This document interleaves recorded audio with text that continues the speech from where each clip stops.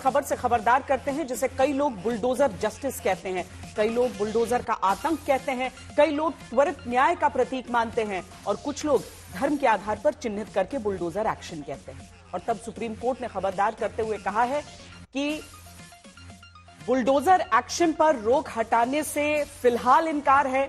Supreme court ने दो टूक कहा है कि बुलडोजर एक्शन पर स्टे जारी रहेगा। सुप्रीम कोर्ट ने अंतरिम आदेश दिया है और फैसला सुरक्षित रखा है। जल्द ही इस बारे में गाइडलाइंस जारी होंगी।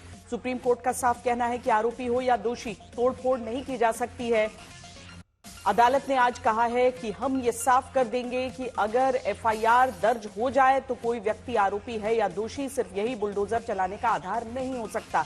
अदालत का कहना है कि अवैध निर्माण साबित होने पर भी वैकल्पिक व्यवस्था करने के लिए पर्याप्त समय दिया जाए। महिलाओं, बच्चों को सड़क पर देखना अच्छा नहीं लगता।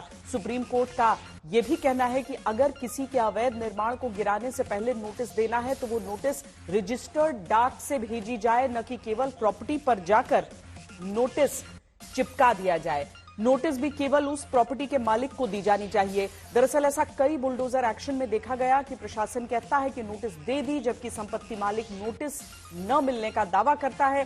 हालांकि अदालत ने यह भी साफ कहा है कि उसका आदेश किसी भी तरह से अवैध निर्माण करने वालों को, अवैध कब्जा करने वालों को किसी तरह की राहत नहीं देने वाला। हमारे साथ हमारे संवाददाता संजय शर्मा इस समय जुड़ रहे हैं। संजय, सीधे तौर पर बुलडोजर जस्टिस को लेकर जिस तरह की आशंकाएं थीं, कोर्ट ने भी वही प्रकट करते हुए ये सारी चीजें अपनी कही है, लेकिन फैसला कब इस पर आएगा, अभी सुरक्षित रखा है? जी श्वेता, आज कोर्ट ने सभी पक्षकारों की दलीलें सुनने के बाद फैसला सुरक्षित रख लिया है। Justice B R. गवई और जस्टिस के.वी. विश्वनाथन, इसकी दोनों जजों की पीठ ने इस मामले में विस्तृत सुनवाई की और उन्होंने कहा कि हम धर्मनिरपेक्ष राष्ट्र में रहते हैं और हमारा गाइडलाइन, हमारा जो आदेश है, जो गाइडलाइन होगी वो पूरे देश के लिए जाति धर्म और सबसे ऊपर उठकर होगी, सबके लिए बराबर होगी। कोर्ट ने कहा कि डूज एंड डोंट्स तय होने चाहिए और ये नहीं कि कोई भी आदमी अगर आरोपी है या दोषी है तो सजा सिर्फ उसको मिलनी चाहिए, उसके परिवार को सजा देने का कोई मतलब नहीं है। और जिस तरह से घरों पर, उनकी संपत्ति पर बुलडोजर चलाए जा रहे, इससे महिलाएं, बच्चे, बुजुर्ग, ये सारे लोग सड़क पर आ जाते हैं, ये किसी भी तरह से उचित नहीं है। कोर्ट ने कहा कि निचली अदालतों को भी बुलडोजर की किसी भी अवैध निर्माण को ध्वस्त करने का आदेश ध्यान रखना चाहिए कि उन्हें पर्याप्त समय दिया जाए ताकि लोग बिल्कुल सड़क पर असहाय ना हो जाए, वो वैकल्पिक कर दें। इसके साथ ही कोर्ट ने यह बताया कि पूरे देश में लगभग 4 लाख 4 से 4.5। संजय की आवाज ठीक से नहीं आ रही है हमारे पास, लेकिन सुप्रीम कोर्ट में यह मामला था और उसके बाद से सबको इस बात की प्रतीक्षा थी कि सुप्रीम कोर्ट की तरफ से कहा क्या जाता है। तो सीधी सी बात यह है कि अवैध निर्माण अगर होगा तो उसे जरूर ढाया जा सकता है, लेकिन एक संवैधानिक प्रक्रिया, एक कानूनी प्रक्रिया का पालन करने के बाद। पिछले ही महीने सुप्रीम कोर्ट ने कहा था कि किसी का बेटा आरोपी हो सकता है, लेकिन इस आधार पर पिता का घर गिरा देना यह कार्रवाई का सही तरीका नहीं है।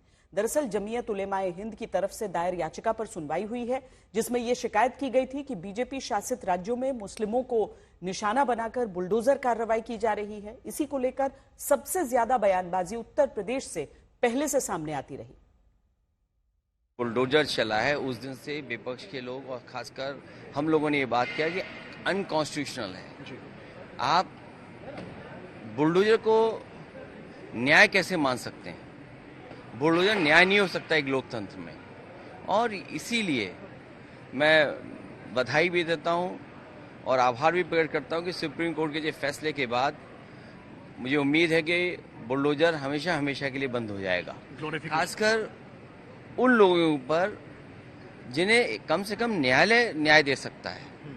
और कई ऐसे घटनाएं उत्तर प्रदेश में हुई हैं, जब कभी भी न्यायालय उन पर विचार करेगा तो वो सरकार के खिलाफ कार्रवाई होगी उस पर।